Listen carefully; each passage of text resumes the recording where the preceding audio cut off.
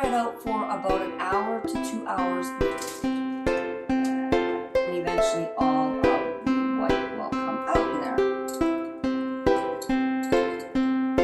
Flip it to the other side. Well, hello everybody, welcome to Cookit. This is my little kitchen, and we are excited to have Brittany doll it up with some fantastic pictures. From time to time, we'll hop over to Brittany's corner and see what she's making. It'll be fun, and it's all about food.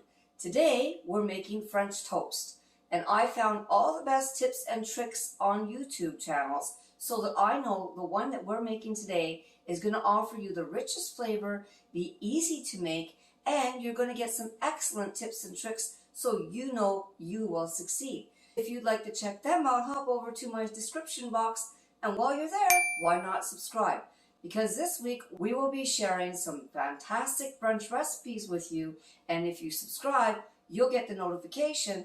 And remember, we make sure our recipes are very easy to follow, taste delicious, and we share all the tips and tricks to help you succeed when you're making your recipes. So why don't we pan down and get ready? Leave your bread out for about an hour to 2 hours before using it. And it doesn't matter what kind of bread you use, as long as you're using the type of bread that you love. We're using a Texas style bread today because it is a little thicker, and that's what I love. I'm going to use 3 eggs and 1 egg yolk. The egg yolk will offer a nice rich custard-like flavor. You can use milk or cream. That's completely up to you. But if you want a richer flavor, use the cream. Never crack the egg in the bowl because, of course, you know you will get shells in there and it won't be easy to fish out. So I always like to take my egg and crack it on the side. Now we're going to separate the yolk. The way to do that, pretty simple. Just crack your egg in half. Some people do it between their fingers. I'm just going to use the eggshell itself. Hopefully you can see how I'm doing that. And just go back and forth inside the eggshell, just like so. And eventually all of the white will come out. There we are. Ta-da! That easy. Okay, so now you just want to give that a whisk. And this recipe, by the way, will make up to 4 French toasts. So if you want 8, just double the recipe.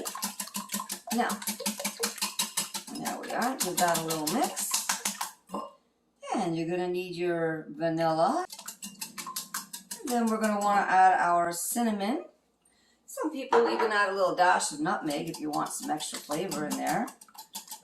This is new for me. I've never actually added honey, but I warmed up my honey, and I'm going to add a little bit of honey in there.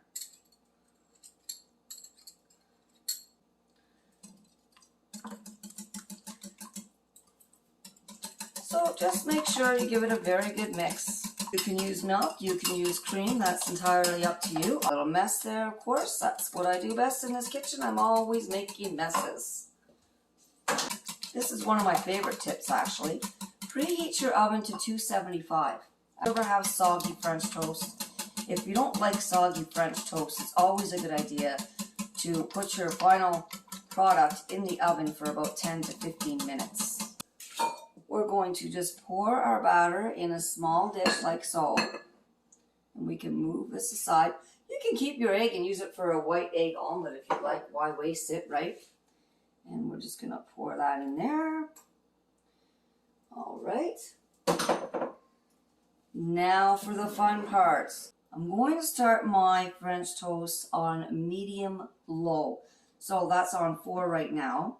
We're going to heat up our pan. Take your bread and leave it for about 30 to 40 seconds on each side. Put it to the other side.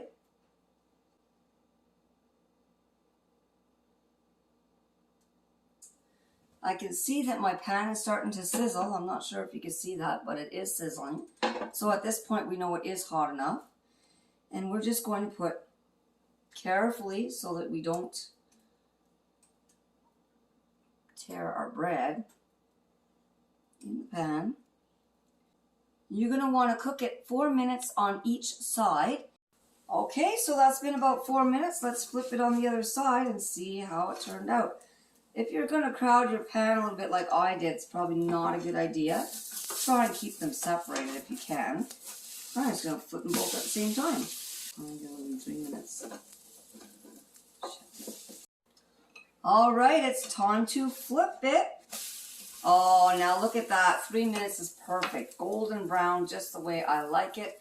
So we're going to do 3 minutes on the other side. Finish up our French toast. Pop them in the oven on 275 for about 10 minutes. Okay, that's been about 3 minutes on the other side. Oh, look at that. That's perfect. That is what I love to see. One side and the other side, perfect French toast. Well, here it is, our delicious French toast. Now, as we said, these first two were a little darker, so we changed from 4 minutes to 3 minutes on each side, and now we have a beautiful golden brown French toast. Now we're going to want to dull it up a little bit. So it's completely up to you. I like to take a little pat of butter and just let that melt. And rub it all over your toast, or you can let it melt. It's entirely up to you. And then for a nice presentation, you can take a little strainer like this with some icing sugar and just gently pat it. And look at that, beautiful. Now, everybody likes something different for their French toast. Some people like a nice strawberry topping. And I made this strawberry sauce last week. If you'd like to check out the link in the description, we'll share that with you. Or you can hop over and subscribe to our channel and check out all the recipes that we've done in the past. And then I'm just using regular maple syrup. Unfortunately, I don't have the real Canadian maple syrup, which is much better, of course. So, there we have it. How about we put some syrup on this? There we go.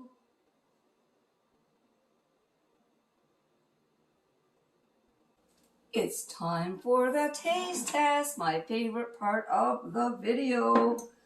Let's just grab a corner here.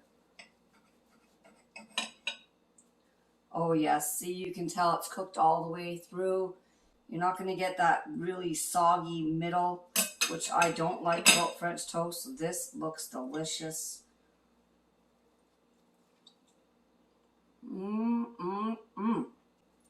Now that is an excellent French toast. Well, there you have it, everybody. I hope you enjoyed us here at Cookit.